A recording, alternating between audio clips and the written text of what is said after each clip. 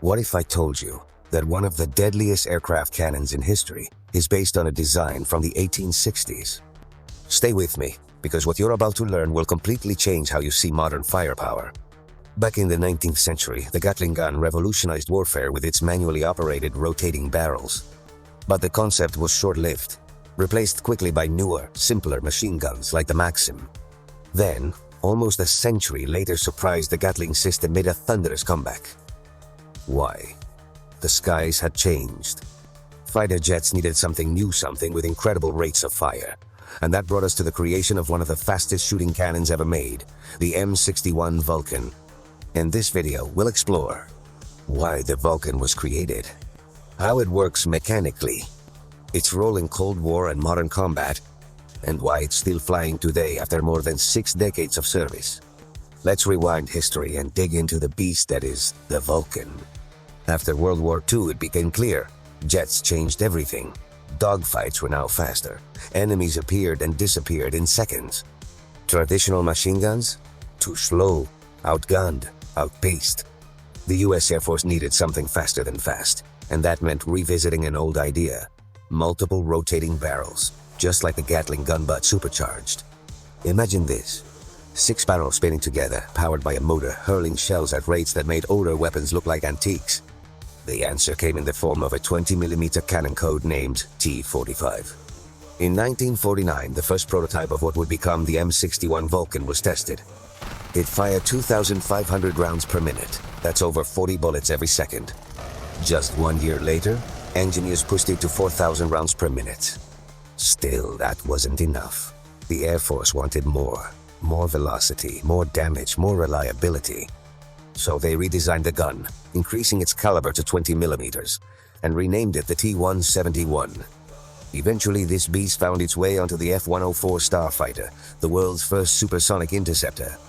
But there was a problem. The gun's feed system kept jamming, spent cartridges ejected badly, and even damaged the plane mid-flight. This could have killed the project, but instead, it's where everything changed. The M61 was reborn with upgrades that made it unstoppable. To fix the jamming issues, engineers redesigned the Vulcan's entire feed system. The solution? A linkless ammunition feed, a smoother, circular system that recycled spent cartridges without damaging the plane. But the upgrades didn't stop there. A new version, known as the M61A1, emerged. It featured stronger components, more durable materials, and a much more reliable firing cycle. How does it work? Each of the 6 barrels has its own bolt and firing chamber. As the barrels rotate, each chamber goes through a cycle, chambering around, firing, ejecting the casing. All this is powered not by the gas of the gun itself, but by an external drive system, either hydraulic or electric depending on the aircraft. This is crucial because it ensures a constant rate of fire, regardless of external conditions. The M61 didn't just evolve, it spread. It was mounted on some of the most iconic American fighters. The F-105 Thunder Chief, the 4 Phantom, and later, the 14 Tomcat, 15 Eagle, F-16 Fighting Falcon, and F-22 Raptor. But there was a challenge. Not all aircraft had room for an internal cannon. That's where the SUU-23, a gun pod, came in, a modular Vulcan system mounted under aircraft, complete with its own power supply. It gave gunless jets like the early F-4 Phantom a powerful second chance. In fact, some Phantoms carried up to 5 of these pods in combat. That's over 6,000 rounds per minuta raining down from a single aircraft. And the Vulcan even made its way to helicopters. The M61's little brother, the M134 minigun, took the same rotary barrel concept and downsized it to 7.62mm, making it perfect for choppers like the AH-1 Cobra.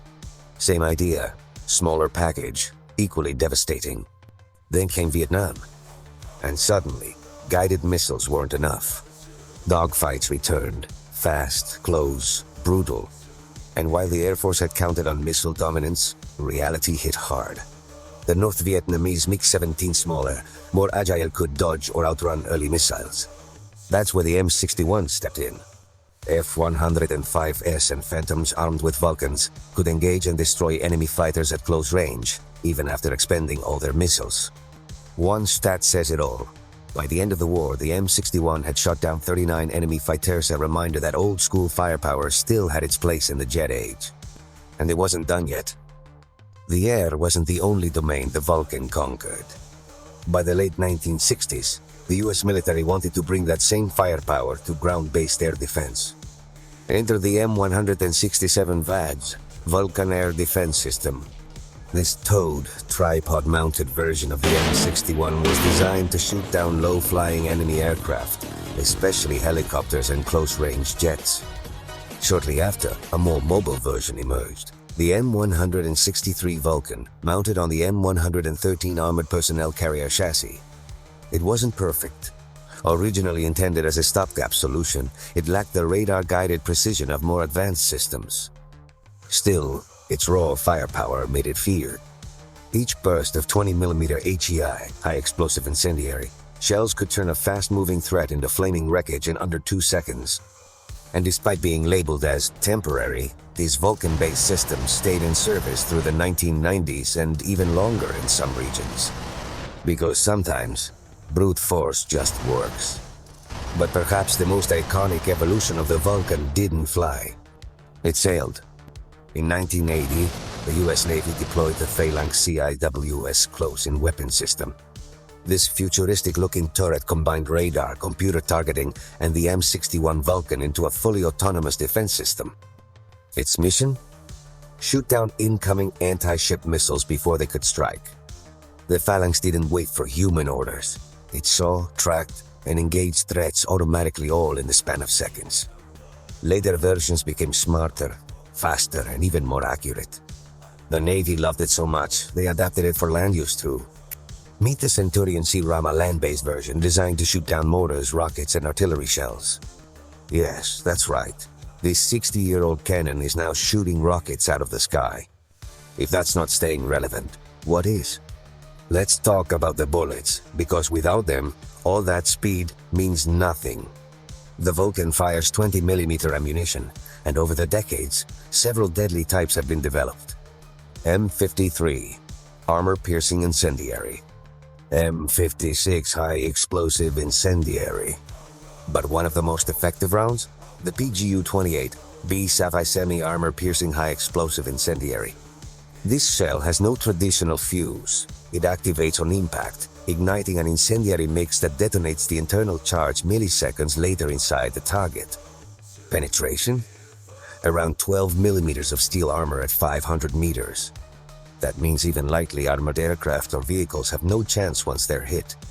It's designed for kill certainty. Since its first combat deployment in the late 1950s, the M61 Vulcan has been mounted on more than 12 different aircraft models, deployed in multiple ramas de las Fuerzas Armadas de UU, y adaptado para tierra, mar y aire. And it's not just a relic. Even today, fighters like the F-22 Raptor and the F-18 Super Hornet carry a version of the Vulcan. Think about that. A weapon born in the Cold War. Still serves at the heart of some of the most advanced aircraft on the planet. Why? Because when it comes to reliability, volume of fire, and simplicity of maintenance, few systems come close. In an age of hypersonic missiles and AI-guided drones, a mechanically driven rotary cannon from the mid-20th century is still one of the best answers to modern threats. That's not just engineering, that's legacy. Let's put things in perspective. The Vulcan can fire up to 6,000 disparos por minuto. That's 100 balas cada segundo. Loaded into most fighters with about 1,200 rounds, the gun empties in just 12 segundos of sustained fire. During the Vietnam War, 39 cazas enemigos fueron derribados con este cañón. From intercepting missiles at sea, to gunning down MiGs over Hanoi, to defending military bases from rocket fire. The Vulcan isn't just a cannon. It's a symbol of overwhelming firepower, a solution that keeps working, no matter how the battlefield evolves. So what have we learned? The M61 Vulcan was born from an old idea, the rotating barrels of the Gatling gun. It was reborn with jet-age technology, and over time, it became one of the most adaptable, powerful, and enduring weapons in the history of modern combat. 60 years after its introduction, it still protects jets, ships, and troops across the globe. And who knows, maybe in the wars of tomorrow, the hum of spinning barrels will still echo through the skies. If you found this breakdown fascinating, don't forget to like, comment your favorite military weapon, and subscribe for more deep dives into the most powerful machines of war. And hey, click right here to watch our next video on the GA-8 Avenger, the only gun that can take down tanks from the sky. This has been Gun Insights. Stay sharp and keep your sights on history.